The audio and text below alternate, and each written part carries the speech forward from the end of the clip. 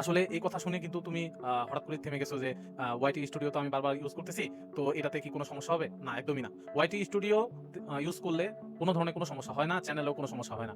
এখন আসা যাক যে ওয়াইটি স্টুডিওটা কি? যারা নতুন আছি তাদের জন্য বলছি। ওয়াইটি স্টুডিও হচ্ছে তোমার ইউটিউবের একটা অ্যান্ড্রয়েড ফিচার, যেটার মাধ্যমে হলো তুমি দেখতে পারবা, তুমি যদি নতুন কনটেন্ট ক্রিয়েটর হও, তখন তুমি খুব সহজেই দেখে ফেলতে পারতেছো তোমার কয়টা ভিউ হইছে, কয়টা লাইক করছে। আবার এমনকি যখনই তোমাকে কেউ কমেন্ট করতেছে, সাথে, সাথে কিন্তু তুমি ওখান থেকে কমেন্টের রিপ্লাই থেকে শুরু করে সবকিছু করতে পারবা। এখন আসা যাক যে ওয়াইটি স্টুডিও ব্যবহারে কোনো মানে কোনো ধরনের গাইডলাইন আছে কিনা? না, এখানে কোনো গাইডলাইন নাই। তুমি খুব সহজেই তোমার অ্যান্ড্রয়েড ফোনটা দিয়ে ওয়াইটি স্টুডিওটা খুব সুন্দর করে চালাতে পারবা। এখন নতুনদের জন্য আমি একটু বলে দেই যে যারা পুরাতন আছেন তারা তো জানেনই এই বিষয়টা। কিন্তু যারা নতুন আছেন ওয়াইটি স্টুডিওটা কিভাবে ব্যবহার করে চলেন একটু দেখে আসি। সতর্ক করে লিখতে হবে যে ওয়াইটি স্টুডিও, ওয়াইটি STU DIO স্টুডিও দিয়ে তারপর সার্চ বারে ক্লিক করবো। প্রথম আমার যেহেতু ওয়াইটি স্টুডিওটা মানে আগে থেকেই আছে, তো আমি এটাকে আপডেট চাচ্ছি, আমি একটু আপডেট করে নিই এই ফাঁকে। তো সর্বপ্রথম কথা হলো যে ওয়াইটি স্টুডিওটা ইউজ করবা তোমার সুবিধার জন্য। কারণ তুমি দেখতে পারবা যে তুমি লাইক ভিউ আসলে যখন আমরা নতুন অবস্থায় থাকি, ২-১টা লাইক কমেন্ট বা ৫০টা লাইক কমেন্ট বা ১০-২০টা ভিউ হইলেও কিন্তু আমাদের মনে মানে আনন্দ জাগে যে আমরা এটা পাচ্ছি। তো আমি এখানে আমার চ্যানেল থেকে আমি দেখাচ্ছি যে নভ ক্রিয়েটর বাই সাজিবে দেখাচ্ছি। তো এখান থেকে প্রথমে আমরা চলে যাচ্ছি হলো ড্যাশবোর্ড। ড্যাশবোর্ড তো দেখাচ্ছি। তো তারপরে যাবো হলো কনটেন্ট।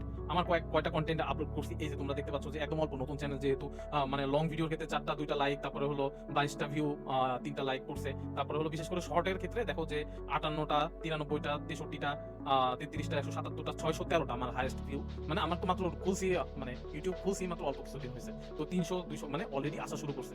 তো এখন এনালাইসিস এ যাই, কিভাবে এনালাইসিস করতে হয়। তো এখানে দেখাচ্ছে ২৮ দিনে আমি যেহেতু ৩-৪ দিন মাত্র ১৪৪ কে মানে ১,৪০০ কে এর মতো কেউ দেখছে, আমার পুরা ফিচার্সটা দেখাচ্ছে। এখন আসা যাক যে কনটেন্টের মধ্যে ক্লিক করলাম।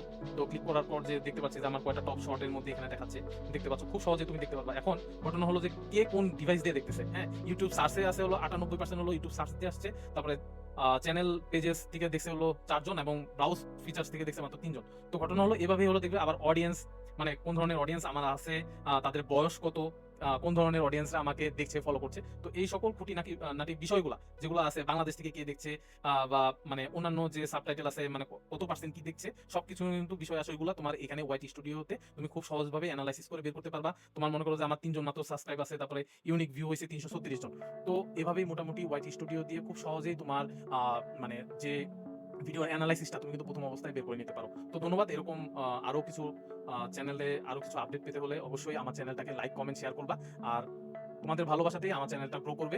ধন্যবাদ। আজকে এই পর্যন্তই। Thank you so much for watching this video.